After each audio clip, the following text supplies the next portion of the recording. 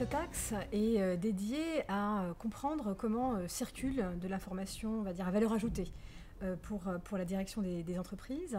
Et nous nous sommes concentrés dans le premier cycle de la chaire sur la question de l'organisation formelle de la fonction intelligence économique dans les entreprises.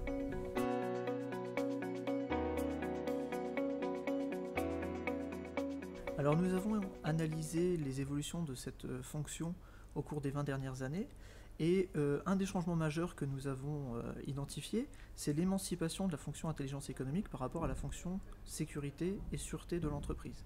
La fonction intelligence économique va maintenant beaucoup plus en direction de la fonction stratégie et ceci dénote une orientation beaucoup plus offensive alors qu'il y a 20 ans, la fonction intelligence économique était plutôt avec une orientation défensive.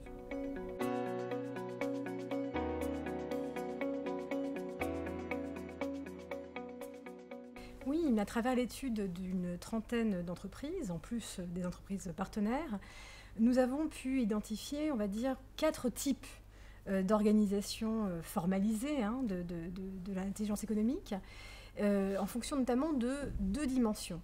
La première repose sur finalement les activités d'une direction intelligence économique.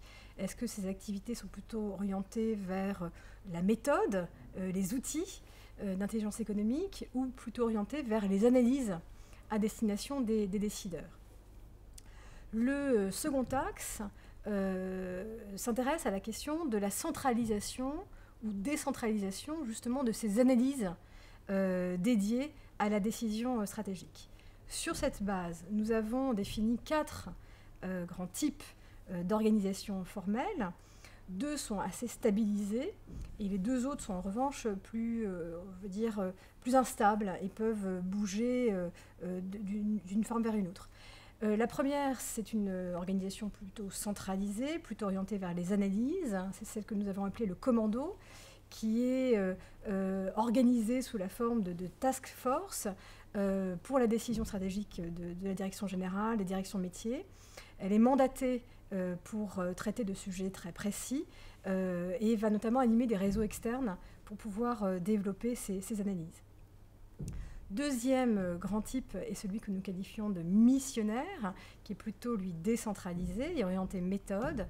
Son objectif, c'est de définir, on va dire, les méthodes et les outils propres à l'intelligence économique, et ensuite de les diffuser dans l'entreprise et faire en sorte finalement que les analyses viennent plutôt de cellules plus localisées, plus locales, plus proches finalement des terrains, sur la base justement des méthodes qui ont été développées par cette direction missionnaire. 2 autres types sont également mis en évidence. Le premier, c'est celui que nous avons qualifié de pédagogue, qui est plutôt, lui, centralisé, orienté méthode.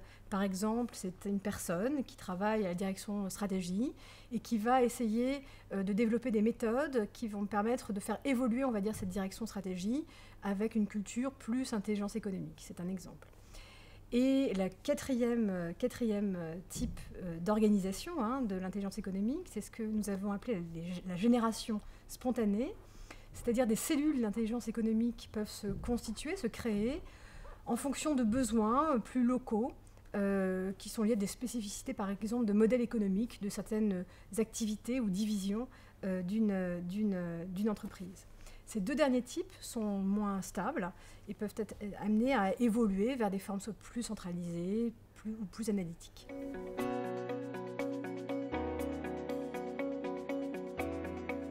Les pratiques d'intelligence économique que nous avons identifiées servent à capter, analyser et utiliser l'information qui va avoir une valeur ajoutée pour l'entreprise.